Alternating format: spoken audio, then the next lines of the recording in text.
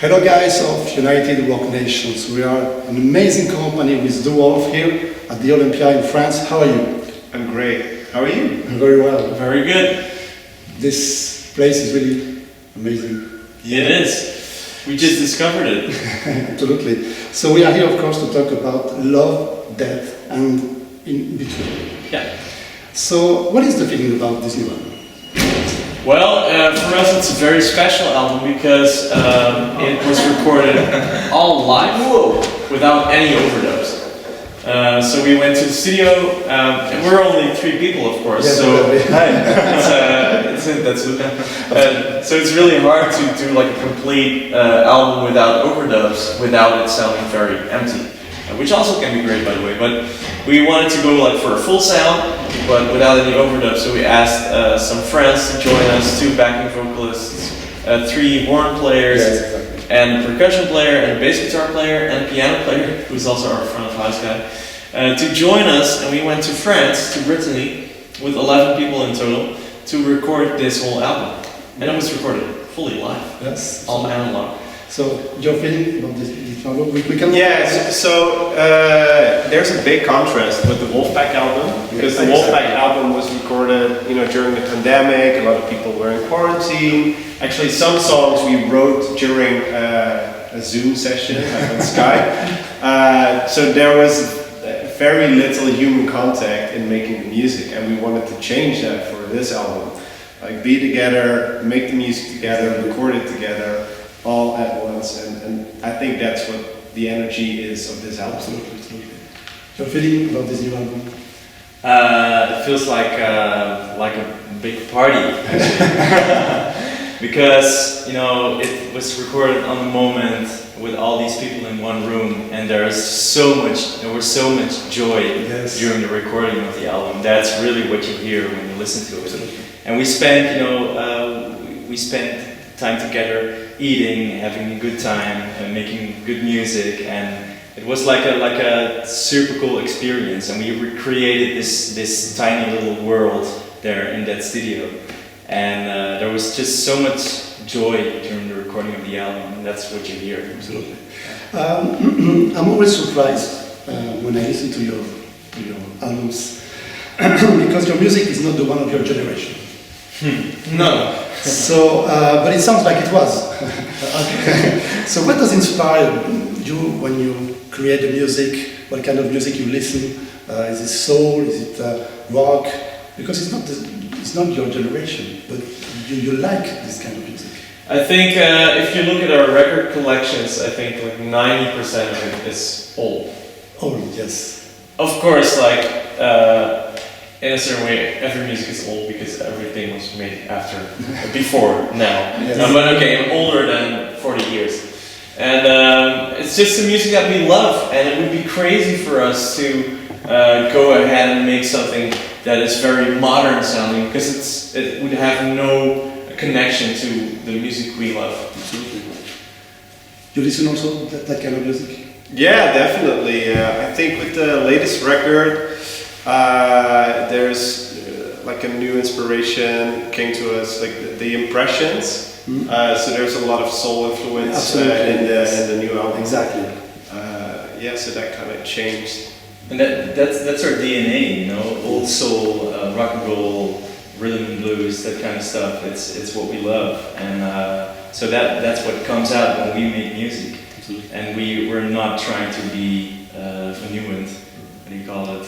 Trying to be new. We're not trying to be new. We just want to make the music we love. Absolutely. Yeah. So the new albums sounds more intimate and calm.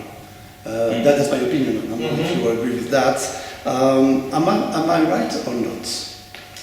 Well, I think it sounds very natural because because of all the people playing live, and because all the there's like, if you play with 11 people in a room, there's a lot of mics, and sometimes these mics, the mic that's there picks up the drum that's over there, and all this cross bleeding of sound sources into different mics also makes it sound very like the room. Yes. Like a big room. Yes. And it was a big room. And Well, I'm talking more about the songs not only the atmosphere, but the songs are less rock and more calm, intimist. No, don't you think so? Yeah. Well, it's a mix. It's you know, when we were writing the new songs for the album, we had so much influence, and one day it was like a hard rock song, and a song like Night Train is almost like a mixture of rhythm and blues, and there's also like old Deep Purple in there. But yeah, it's true that most influence nowadays is from old soul music and old blues. So yeah, it's a little bit more calm, and whereas Wolfpack, there were some really heavy rock songs like Bonafide. Exactly. And there's not a song like that on the new album. But what we do have is like a 17-minute gospel song, you know, and it's actually like 6 or 7 songs in one, with all kinds of transitions from one song to the other, and it's actually quite heavy.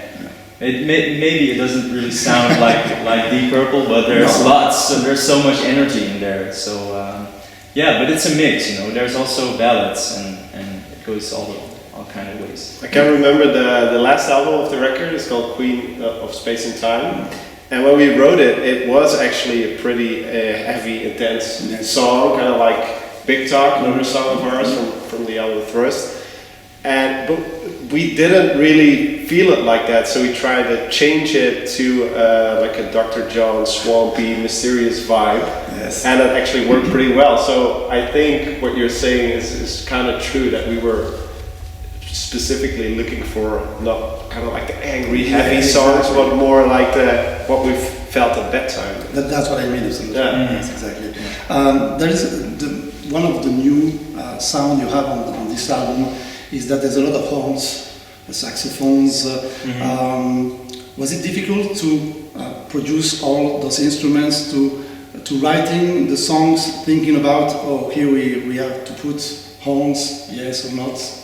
No, it was not difficult at all, actually. It was a lot of the songs wrote themselves. It was just like, you play something, we'd be like, this is really nice. And we would also, I think with this album more than ever, we just embraced what was coming to us. And sometimes we would think, I'm sure that this song already exists, but there's no way of checking. Like, you show it to people, you're like, do you know this song? And they're like, no.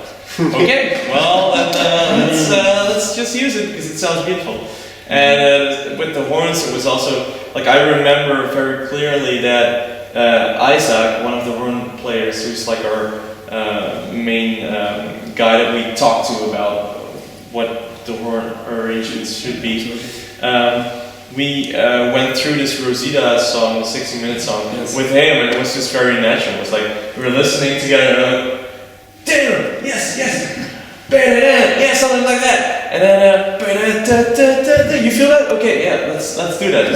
So it was really kind of wrote itself. It's natural, yes. Yeah, it's always with the horns. It's always the icing on the cake, because you have a song, a good song, and then you put horns in there, and then it's like, whoa, it's the next level.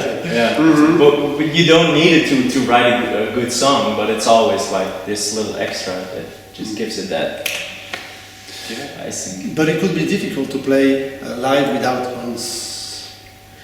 No, I think because it's extra, like the songs itself don't really need it. That's why we can also play them live without the horns. It's kind of like an extra thing. Like, I see, like, as normally, like, you maybe have this point where a riff comes in and you overdub the guitar to make it bigger. And now, instead of using an extra guitar, we use the horns. And live, you know, we also don't have an extra guitar or an extra whatever, you know, Exactly. things you overdub. And you can, you know, I think if the song is good enough, you can also play it live without all the extra, like the tambourine and the this and the that. So you need to rearrange all the songs without the horns. Yeah. Kind of, yeah. It's more bare bones, but it's also more rock, maybe a little bit more rock and roll. Yeah, absolutely. Yeah. So let's talk about some songs of the album. I selected 3 songs that I want to talk about. It's one of my favorites. Of course, the first one is Heart Stopping Kind of Show. Of course, it's the single. It's a very punch. And, tell us more about that song. Who was it? I think it's inspired. I think it's inspired by the Rolling Stones. Actually, for me, it's like really that kind of vibe. It's forward and it's like a moving train. Well, not like a night train, but it just goes like a heartbeat. And it's the perfect songs for the horns as well. And actually, like a big influence for that song also was us watching the documentary of the Beatles. Because we were watching it with the three of us, I think it was like 3 parts of a long documentary of them recording the Let It Be album.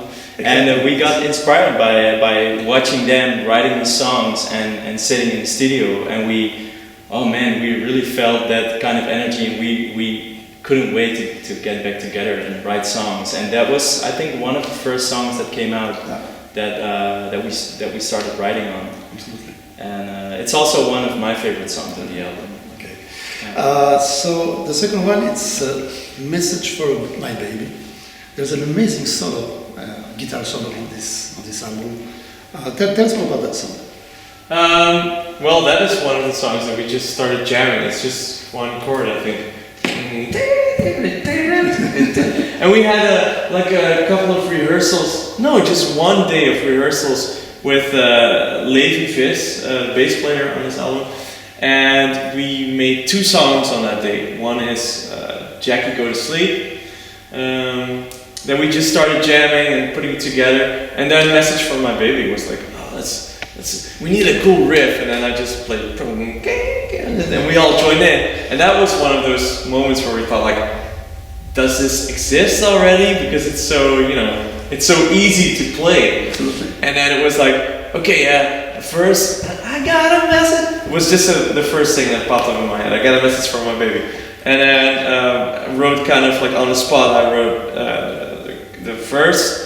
And then, okay, let's go to another chord here. And it's like, A, all right. A, B, all right, let's go. And then break. Solo! Yeah, this song was like written in 10 minutes, I think. Oh, yeah. Yes. The Heart Stopping kind of showed it's the same. Because I have a slightly different recollection from it. Like, I went to the studio on my own one day and I just started. I cannot play piano, I just can play like a couple of chords, and I started playing like a C, and I was like, and I thought, this is probably a Neil Young song already. And then I checked and it wasn't, and then we played it. Oh yeah, It's a great song. Yeah. But the Message from My Baby is like really Santana inspired. Yeah, so there's this live album with guitar. But with Buddy Miles. So they have this live album with horns, and they play these Santana songs, and the energy and the vibe of that album that made us want to write Message from My Baby, because there's a lot of instruments, a lot of live energy and horns, and we thought, we need something like this. Yeah, it's fucking cool. And the last one is one of my favorites also. It's Mr. Garbage Man. It's a soul and blues song. Tell us more about that song. Well, maybe you can, because Pablo actually kind of wrote it on his own. I really love the lyrics.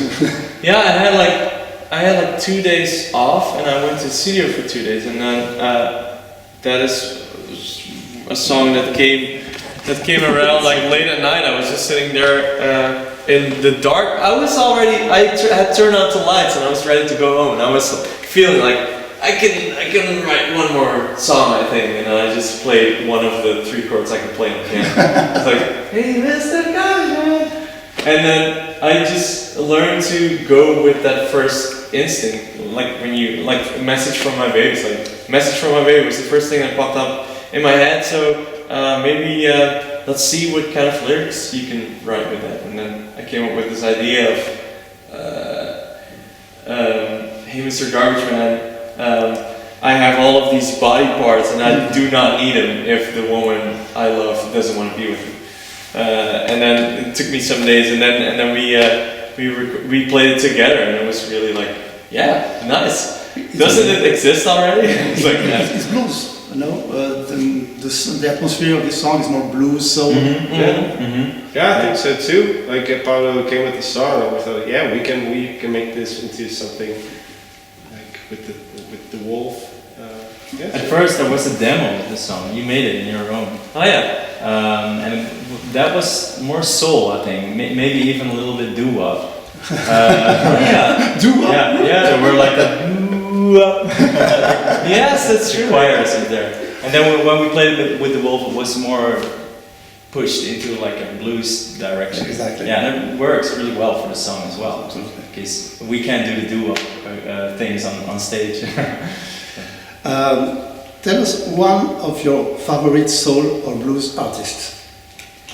Oh, you go first. Sam Cooke. Sam Cooke. Yeah. Why?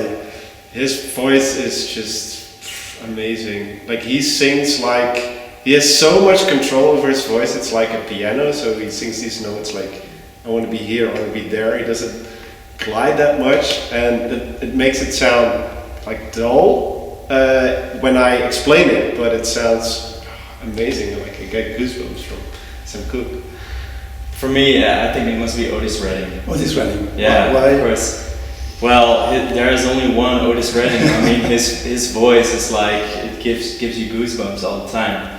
And well, it's a pity that he died so young because he I think he could have even been bigger.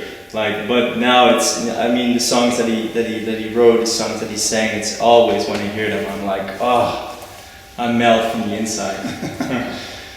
For me, it's the Impressions. The Impressions. Yeah. I don't know the band. It's you probably noticed it's the band that Curtis Mayfield was in before he went solo, and they have a string of records in the '60s that are really good and really amazing, and they give me goosebumps. And they sound incredible. Like if you listen to them on headphone, they're like early stereo recordings, and Yes. so the drums are left and the bass Yes, is right. exactly. And Curtis's voice is absolutely fabulous and super unique, of course.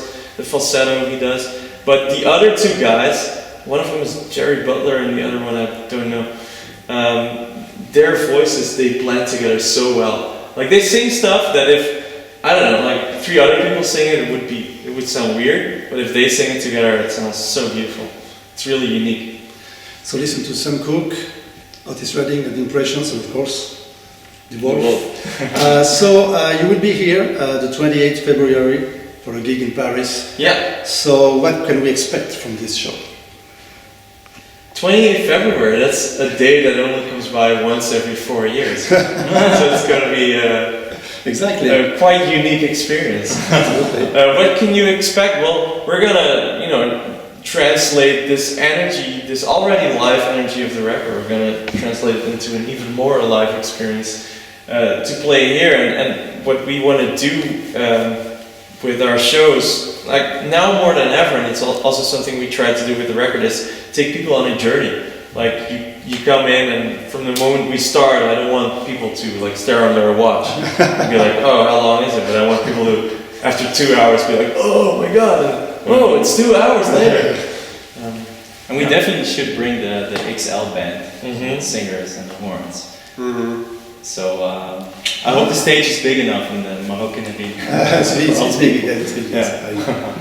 Okay, so thank you very much for all these informations about the new album. We love a lot this new album, of course. Thank you. And see you on February here in France. Yeah, see you then. Thank you guys. Bye. See ya. Bye. Hey, we're DeWolff. Check out our interview on United Rock Nations. And come to our show in La Maroquinerie on the 28th of February 2023. Yay!